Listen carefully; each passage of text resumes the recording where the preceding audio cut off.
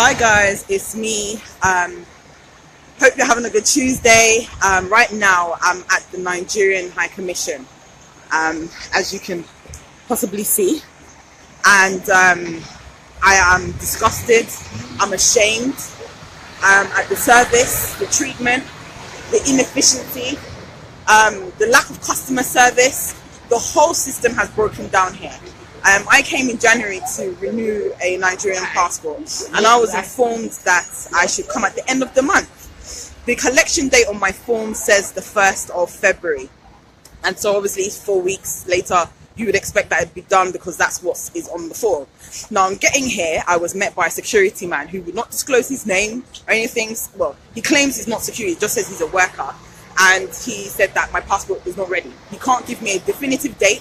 There was no check on any system to say that this was actually working, or when it would be. I've seen people here that have passports from November still waiting, and I'm calling Nigerians in the UK to actually make a stand. I will possibly later, I actually did do a recording of my experience inside and the frustration, but I'm calling on Nigerians. I'm going to put a petition or something together because Buhari is actually in the UK at the moment.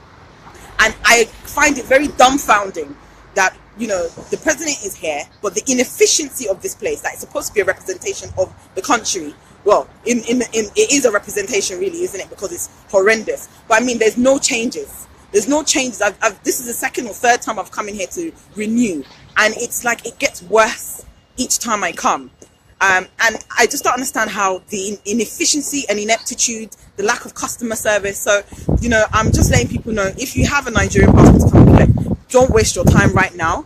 And it seems like you either have to bribe or get a 64-page passport. So I've been told, I've been informed, well, I've just seen a relative actually who was advised to get a 64-page passport in order to beat the system and obtain a passport quicker than normal. So he actually applied for his passport on the 17th of February, and actually today was able to get it because it was 64-page. So my advice is to Nigerians, get a 64-page passport to try and beat the system as possible. Unfortunately for me, I applied for a 32 because I was told that I couldn't apply for a 64 when I called, which took about 30 minutes on the phone to even get through to somebody anyway.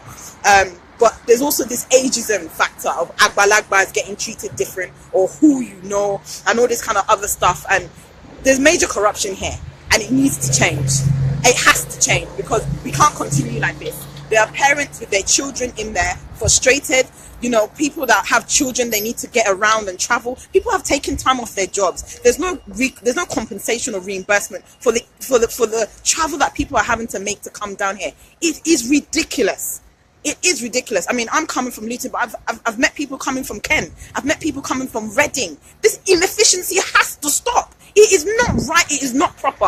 And if you are lacking administration, if you are lacking operation skills, please, you are in the UK. You are surrounded by resources that can help you guys get your operations and your backsides together. It has to stop. It really does. This system has failed Nigerians, not only in Nigeria, but Nigerians outside of Nigeria. And I don't blame people for the lack of respect they have for the nation, the lack of respect they have for authority, because you are not for the people. You're not helping anybody. We are frustrated. Look, I live here, so I'm grateful. I don't have to suffer some things back in Nigeria. But the fact that I have a feeling of disgust and daunt whenever I have to come to this place, it shouldn't be so.